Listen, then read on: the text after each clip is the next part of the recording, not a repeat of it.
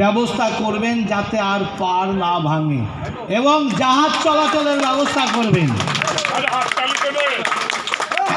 এখন যেমন রাস্তা দিয়ে ভারী ভারী লরি রাস্তা ভেঙে যাচ্ছে, আগামী দিন ভারী পণ্য যত কিছু হলদিয়া থেকে উত্তরবঙ্গে যাবে, কেন্দ্রীয় সরকার প্রকল্প গ্রহণ করেছেন, মোদিজি প্রকল্প গ্রহণ করেছেন।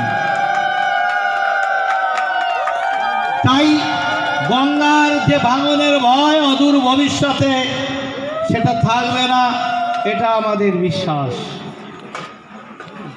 এইটুকু কতটুকু হবে বড় উদ্দেশ্য, মানে ছোটবেলার থেকে আমার উদ্দেশ্য ছিল যে মানুষের পাশে দাঁড়াতে, মানুষের পাশে দাঁড়াবো, মানুষের জন্য কিছু করার, কিছু ইতিহাস। যদি নেতাজি আমার বাংলার মাটিতে যারা জন্মগ্রহণ করেছিলেন, নেতাজি, গান্ধীজি, ক্ষুদিরাম, তাদের মতো হয়তো না, মানে অতটা হয়তো পারবো না, যতটা পারি যে মানুষের পাশে দাঁড়াতে। ঠিক আছে, এইটা আমার সবচেয়ে বড় উদ্দেশ্য।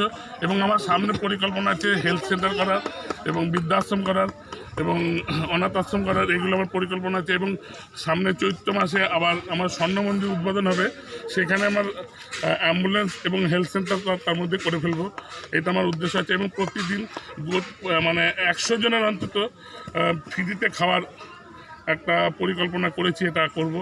এবং গোপাল মন্দিরে একটা বড় গোপাল মন্দির করব, সেটাও মানে ওইখানে মানে সারাদিন নাম কীর্তন হবে, এবং বয়স্ক যারা আছেন তারা এসে যেন শান্তি উপভোগ করতে পারে মন্দিরেতে এসে, এটা আমার সবচেয়ে বড় মানে ইচ্ছা। আপনার নাম? আদিত্য নারায়ণ আচার্য। জয় তারা।